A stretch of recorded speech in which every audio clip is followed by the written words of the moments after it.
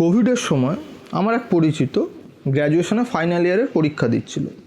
তো এবার পরীক্ষা কীরকম? পরীক্ষাটা হচ্ছে যে কোয়েশ্চেন পেপার বাড়িতে পাঠিয়ে দেওয়া হবে, হাতে একদিন সময়, কোয়েশ্চেন পেপার বাড়িতে থাকবে, সেই কোয়েশ্চেন পেপার দেখে বই দেখে যে অ্যান্সার শিট আছে সেখানে উত্তর লিখে একদিন পরে জমা দিতে হবে। এটা হচ্ছে পরীক্ষা।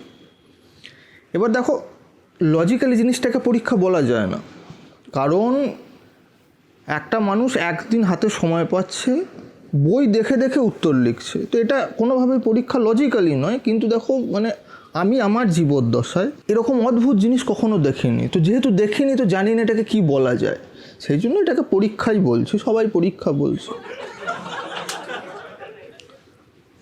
তো সে পরীক্ষা দিচ্ছে, তো তাকে আমি গিয়ে জিজ্ঞেস করলাম যে কিরে পরীক্ষা কেমন হচ্ছে।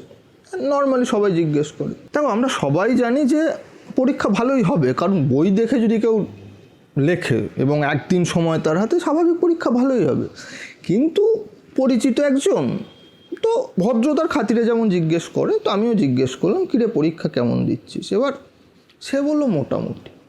এবার দেখো, এই মোটামুটি কথাটা না খানিকটা হোয়াটসঅ্যাপের যে থামস আপ ইমোজি থাকে তার মতো, মানে মানুষকে বলার কিছু যখন থাকে না তখন একটা থামস আপ দিয়ে দেয়। তো এখানেও সেরকম, যে কোনো কিছু জিজ্ঞেস করুক, কিরে কেমন চলছে, মোটামুটি। পরীক্ষা কেমন দিচ্ছিস, মোটামুটি। তো মোটামুটি হচ্ছে এরকম। তো আমি একটু আশ্চর্যই হলাম যে মোটামুটি কেন হবে। মোটামুটি আমাদের সময় হতো, কারণ স্বাভাবিক আমরা কোশ্চেন আমরা রেডি করতাম, আমরা পড়তাম, প্রপার পড়ে পরীক্ষা দিতে যেতাম, সেখানে স্বাভাবিক আমাদের কাছে কোনো বইও থাকতো না, কিছুই না, যেরকম নর্মাল পরীক্ষা হয় এখনও হয়।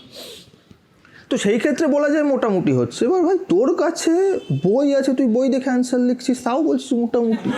আমি একটু আশ্চর্য হয়ে জিজ্ঞেস করলাম মোটামুটি মানে ভালো কেন নয়, ভালো হওয়া উচিত তো।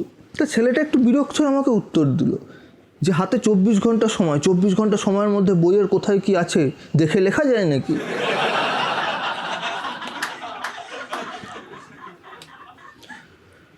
তো ছেলেটার এই অ্যান্সার দেখে না আমার একটা মিম মনে পড়ে গেল ফেসবুকের, যে এদের জন্য আমরা গ্লেশিয়ার বাঁচাচ্ছি।